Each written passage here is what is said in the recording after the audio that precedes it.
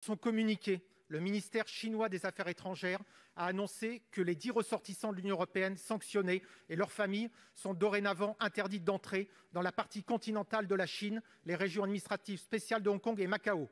En omettant de citer Taïwan, tout le monde peut constater la reconnaissance implicite par Pékin de la souveraineté de Taïwan sur son territoire.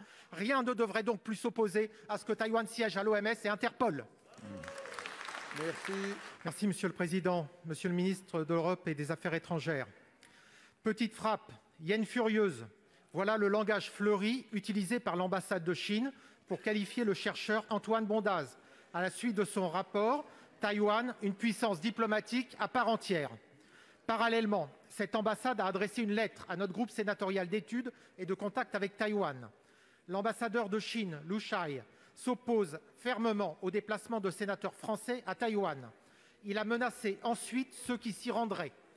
Comme l'an dernier, suite à des outrances similaires, vous avez à nouveau convoqué ce triste diplomate dont les saillies donnent une bien piteuse image de la Chine, le grand pays avec lequel nous aimerions avoir d'autres relations. Vous avez eu raison d'agir avec fermeté. La France et le Sénat ne reçoivent pas de consignes du Parti communiste chinois. Pour mener avec succès le combat idéologique majeur qui nous oppose à la Chine, l'Europe ne peut qu'être unie, nous disiez-vous en octobre dernier. Grâce aux médias, le monde découvre peu à peu avec effroi l'emprise de la dictature du régime de Pékin sur tout le peuple chinois avec l'aide des nouvelles technologies. Lundi, pour la première fois depuis la répression de Tiananmen, l'Union européenne a imposé des sanctions contre des Chinois ayant commis des graves atteintes aux droits de l'homme au Xinjiang contre la minorité musulmane ouïghour. En réponse, la Chine sanctionne 10 parlementaires européens et des entités de l'Union européenne. Lors de votre réunion d'hier avec vos homologues européens à Bruxelles, avez-vous envisagé de prendre de nouvelles dispositions vis-à-vis de Pékin et pensez-vous que les conditions sont réunies pour ratifier l'accord commercial de l'Union européenne avec la Chine? Je vous remercie. Pour vous répondre, la parole est au ministre délégué en charge du commerce extérieur, de l'attractivité, M. Franck Riester. Oui, merci Monsieur le Président, Mesdames les sénatrices, Messieurs les sénateurs, Monsieur le sénateur Olivier Cadic.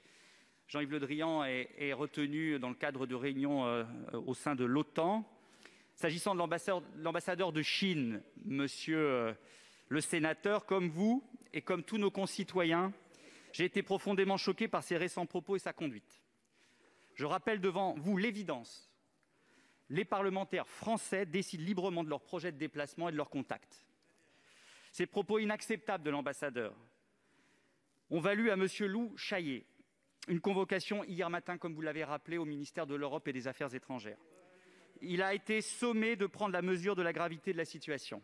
Les polémiques publiques, les tentatives d'intimidation, l'insulte et l'invective contre les élus de la République, les institutions académiques, les chercheurs, les médias et plus largement la société civile, tout cela n'est pas tolérable dans notre République et n'a absolument pas sa place dans les relations entre la France et la Chine. S'agissant des mesures annoncées par la Chine en réponse aux sanctions européennes auxquelles vous avez fait référence, à l'encontre notamment des membres des parlements européens ou nationaux, comme le député européen Raphaël Glucksmann, de chercheurs et de diplomates, nous les avons fermement et fortement condamnés. J'en profite pour souligner, comme vous l'avez fait, que c'est la première fois depuis 30 ans que l'Union européenne adopte des sanctions à l'encontre de la Chine. C'est une décision historique, légitime et nécessaire. Il a été solennellement demandé à l'ambassadeur de Chine de rapporter à Pékin que ce n'est pas en attaquant ceux qui ont dénoncé les violations commises, ni en s'en prenant à la liberté académique, à la liberté d'expression et aux libertés démocratiques fondamentales que la Chine répondra aux préoccupations légitimes exprimées sur la situation des droits de l'homme au Xinjiang. S'agissant de nos relations commerciales, la Chine est un partenaire économique incontournable à l'échelle mondiale, mais nos relations ne doivent pas se faire au détriment de nos principes, de nos valeurs et du modèle de société que nous défendons, ni être exemptes de réciprocité.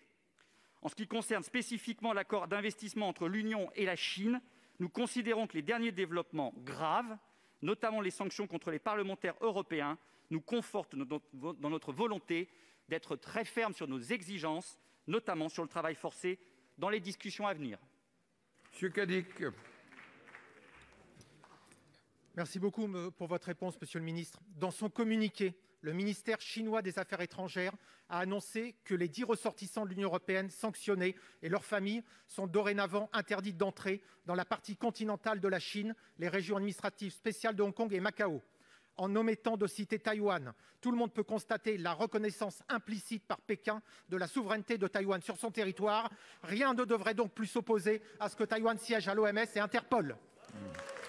Merci.